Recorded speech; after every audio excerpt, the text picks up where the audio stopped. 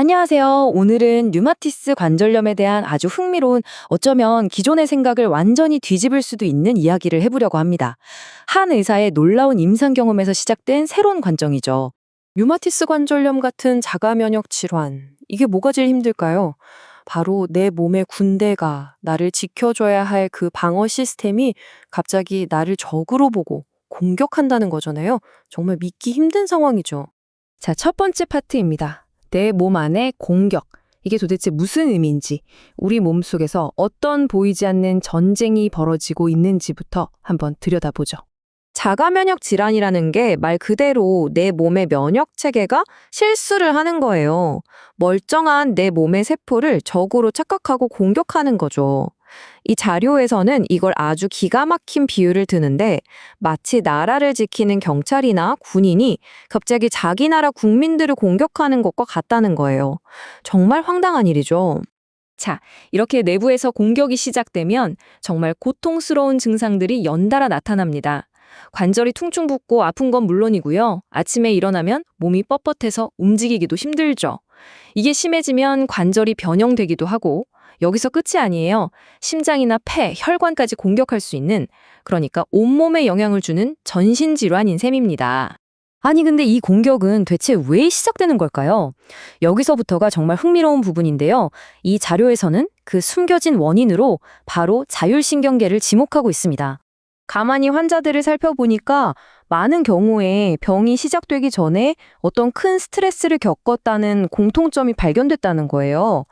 신체적인 스트레스일 수도 있고 정신적인 스트레스일 수도 있고요. 그러니까 이게 일종의 도미노 같은 거예요. 첫 번째 도미노는 과도한 스트레스. 이게 넘어지면서 우리 몸의 자동 제어 시스템, 그러니까 우리가 신경 안 써도 심장을 뛰게 하고 숨쉬게 하는 이 자율신경계에 문제를 일으키는 거죠. 그럼 어떻게 될까요?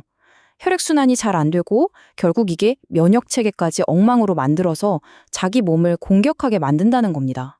와, 정말 무서운 연쇄 반응이죠. 물론 이걸 발표한 의사분도 인정해요. 이게 닭이 먼저냐 달걀이 먼저냐 하는 문제일 수 있다는 거죠. 병 때문에 신경계에 문제가 생긴 건지, 신경계 문제 때문에 병이 생긴 건지, 이 둘이 아주 복잡하게 얽혀 있다는 겁니다. 자, 그럼 지금 병원에서는 보통 어떻게 치료를 할까요? 여기에 바로 양날의 검과 같은 딜레마가 있습니다. 일반적인 치료는요, 일단 면역 체계의 공격을 멈추게 하는 데 집중해요. 그래서 스테로이드나 면역 억제제 같은 강력한 약을 쓰죠. 근데 문제가 뭐냐면요, 이게 우리 몸을 공격하는 아군뿐만 아니라 외부에서 들어오는 진짜 적군을 막는 방어 시스템까지 약하게 만든다는 거예요.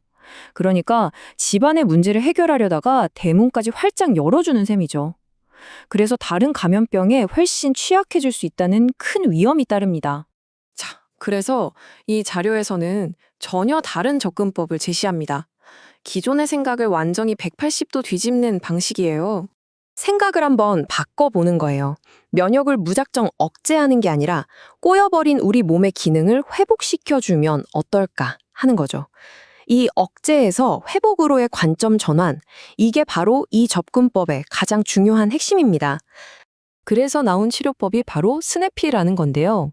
이건 앞서 말했던 그 근본 원인, 즉 자율신경계의 기능을 정상으로 되돌리는 데 집중하는 거예요. 자율신경계가 제대로 작동하면 혈액순환이 좋아지고, 그러면 면역 시스템도 제정신을 차리고 스스로 정상으로 돌아올 수 있다는 원리인 거죠. 이게 과연 말이 되는 소리일까 싶으시죠? 이 접근법의 가능성을 아주 드라마틱하게 보여주는 한 환자의 이야기가 있습니다. 심각한 류마티스 관절염으로 정말 크게 고생하시던 50대 여성분이셨어요. 근데 이분 직업이 마사지 치료사였어요. 손으로 먹고 사는 분인 거죠. 그런데 바로 그 손에 염증과 통증이 너무 심해서 사실상 생계가 끊길 위기에 처했던 겁니다. 그런데 이 스냅피 치료를 받고 나서 정말 믿기 힘든 변화가 일어납니다. 결과가 어땠을 것 같으세요? 그 고통으로 손도 제대로 못 쓰던 분이 지금은 마라톤 풀코스를 완주하는 분이 되셨대요. 정말 대단하지 않나요? 자, 그럼 우리는 이 이야기에서 어떤 걸 생각해 봐야 할까요? 이게 그냥 한 사람의 특별한 사례일까요? 이 치료법을 이야기한 의사분도 아주 솔직하게 말해요. 내가 해봤더니 효과가 있더라는 말은 사실 과학적인 증거로서는 가장 약한 거라고요. 이렇게 스스로 한계를 인정하는 모습이 오히려 더 신뢰가 가는 부분이죠. 하지만 동시에 이렇게 말합니다. 바로 이런 작은 경험 하나하나가 세상을 바꿀 수 있다고요. 모든 위대한 발견은 이런 작은 희망의 불씨에서 시작되잖아요. 결국 여기서 우리가 얻어야 할 핵심 메시지는 바로 이거예요.